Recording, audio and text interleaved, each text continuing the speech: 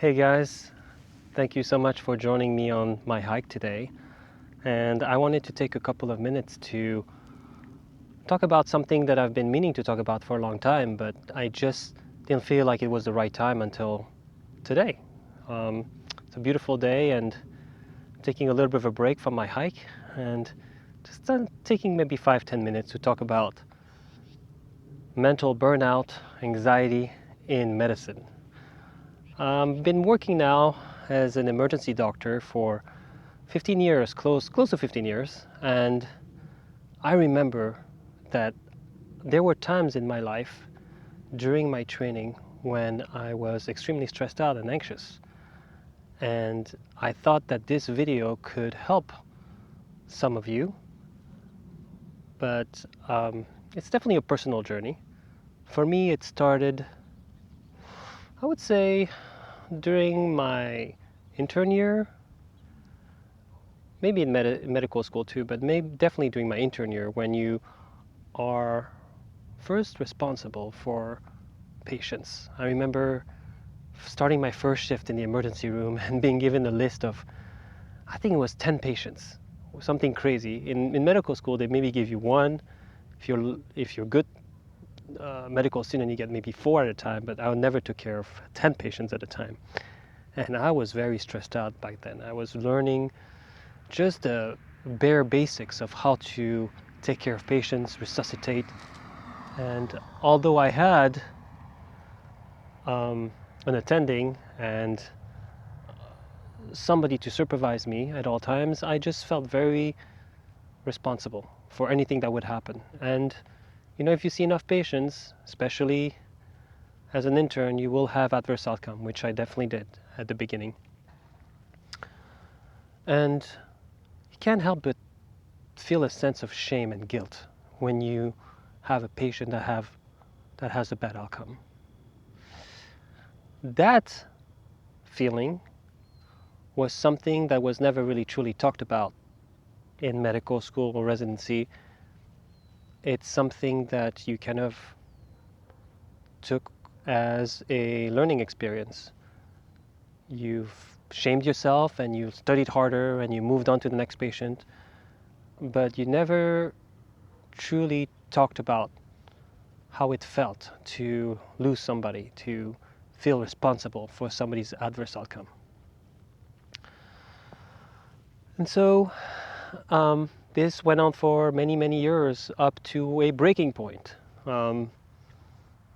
I think it was during my senior year, my last year of residency, where I had so much stress and I felt, and it didn't really manifest in the emergency room, surprisingly.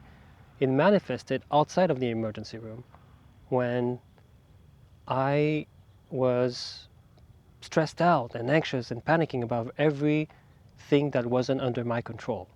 I was a control freak. Because in the emergency room, at least, you know where to go if something goes wrong, most of the time. But when you are in a new environment, when you're traveling, when you are outside the emergency room, you lose that sense of control. And it made me anxious. It made me stressed out for some reason. When I was out of the emergency room, which was my comfort zone.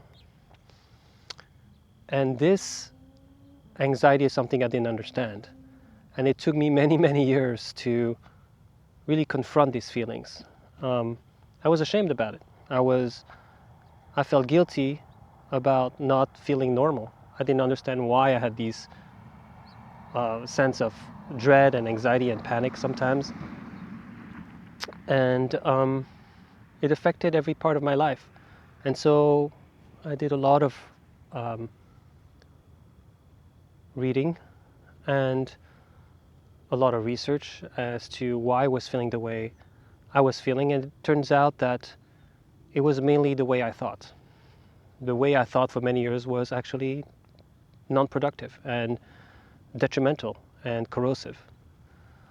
And it started with shame and guilt.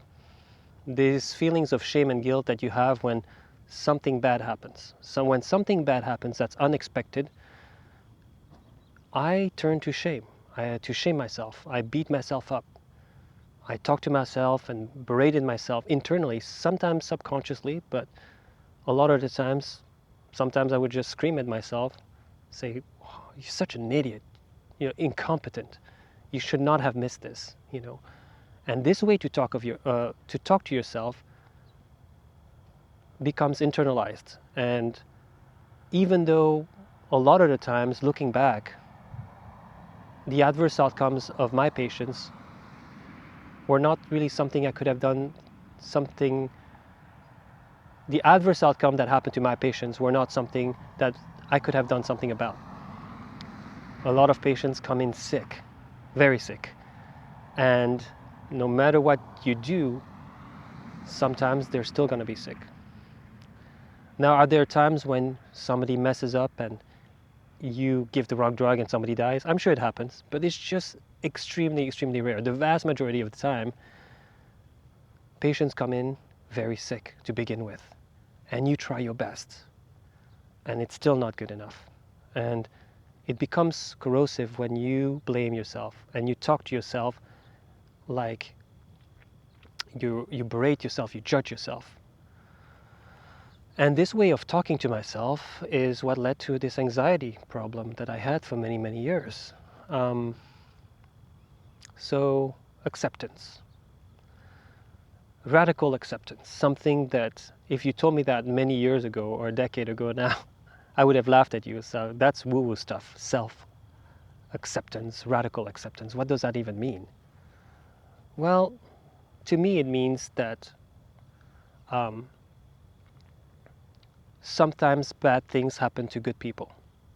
Sometimes the unexpected happens and it's not your fault sometimes. And if you blame yourself for something that's not your fault, then then anything that happens in the world that's not under your control becomes your fault, and now you're stressed about everything. You become an anxious person. So that's what I learned. I learned that I was taking blame for something that was not my fault or anything that was out of my control, that I didn't like, the outcomes that I didn't like. And that's not a way to live. A lot of the things are out of my control. You just do your best and hope for the best, but that's all you can do, really. The other insight that I had was that my thoughts are not always true. And even in the occasions that they were true, they were not always useful. And so I remember sometimes laying down at night in bed, up at night, asking myself, oh man, if I had only done this one thing differently, my patient would have had a better outcome. And to be honest, a lot of times it wasn't true, because no matter what happened, this patient was sick to begin with. And even if it was partially true, it wasn't useful to think about that in the middle of the night. It would keep me up and affect the way I would work the next day. And now that I've been working as an attending for more than a decade, I see this prevalence of burnout, stress and anxiety everywhere in the emergency department. It's affecting so many of my colleagues, so many of my patients.